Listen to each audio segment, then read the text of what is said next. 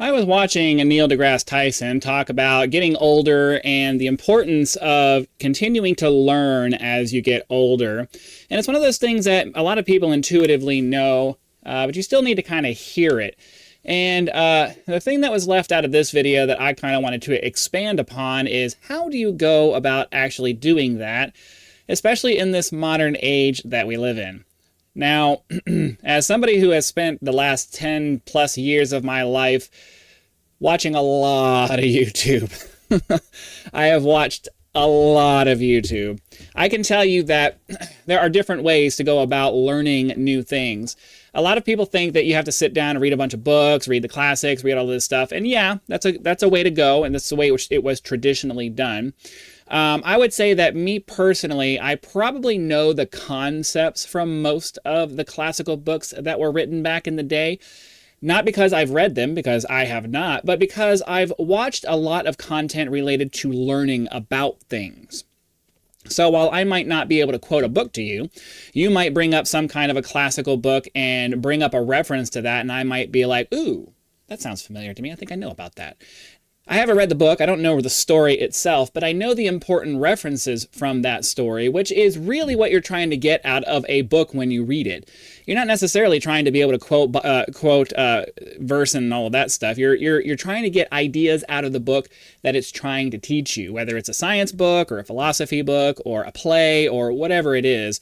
There are highlights from stories and pieces of information that you get that are intended to get you to learn something.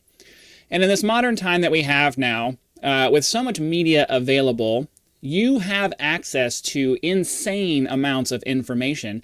And if you choose to spend your time wisely, you can use the modern things that most people piss away their lives with to actually enrich yourself quite a lot. In the last 10 years of my life, I have spent a lot of time watching YouTube video after YouTube video after YouTube video. And for the most part, I personally tend to try to find things that I find interesting, but not attention grabbing. You know what I mean? Like, I'm not looking for things that are just meant to occupy my mind for a couple of minutes. I'm usually trying to find something that I think is actually interesting, not flashy, not, just something that happens and then you forget about it in 5 minutes. I don't really find a lot of value in that. So if you're the kind of person who, agrees with Neil, and when he says something to the effect of, you want to be the kind of person who has learned so much more after school than you did while you were in school, you don't necessarily have to do something as boring as sitting down to read a book to do that. Now, I grew up reading books, but I mostly read fantasy adventures because that's what I really enjoyed reading. I had a hard time reading textbooks and things like that. And it's because the presentation of the information that you're getting is extremely important in your ability to retain that information. Now, obviously, everybody has their preferred method of having something presented to them. So one method of presentation might not work for you while it might work for somebody else. And this is one of the reasons why textbooks are so hard to deal with, because it's a dry, factual like presentation of things. Whereas if you're able to watch like a video on the same subject, you might actually learn something far better than you would have just reading it out of a book. Whereas some people really actually enjoy reading and get more out of reading than they would watching a video or something like that. And, it depends on your presentation. But if you're the kind of person who thinks you can't really learn anything because you don't enjoy sitting down to read books and read this and do that and do these other things, I'm here to tell you that you can get a lot off of even just watching a bunch of YouTube videos. Now, that does require that you put some time and effort into, finding videos that actually provide you with what you're looking for. If you allow yourself to fall down the TikTok rabbit hole of just, flashy kitty videos, well, you're not really going to learn anything from that. But if you focus yourself on videos that seem to be teaching you things, then you're going to enrich yourself quite a lot more than the average person who is just sitting there trying to kill a couple of minutes while they're waiting for the next thing that they're going to do. If you find yourself as somebody who really wants to learn a lot of stuff, YouTube and, different kind of platforms like that can be a really great way to do it. It just requires some discipline. Looking at videos and saying, that looks like it's just going to be a bunch of bullshit. I'm not going to waste my time on that. Oh, I want to watch this interview between this guy and this guy because this guy's an expert in this and I'm actually interested in that subject. I have learned so much from watching shows like Joe Rogan and Diary of a CEO, and the podcasts, and like watching podcasts can be a really great way to learn awesome stuff, because you have to pick and choose what you're watching, right? Like, they have different kinds of guests and things like that on. You might have one who's doing a finance thing, and you have another one who's a physicist, and you have another one who's a social media influencer, or and then another day they have an AI person on. Like, you can learn a lot by watching podcasts, especially when the podcaster is bringing on an expert to talk about a specific subject. I have learned so much from watching podcasts, but that's not the only thing you can watch. There are a lot of content creators out there who are putting out really good information in a reasonably entertaining format that can help you to learn a lot of different things. One of my favorite channels that I watch is a show called Smarter Every Day.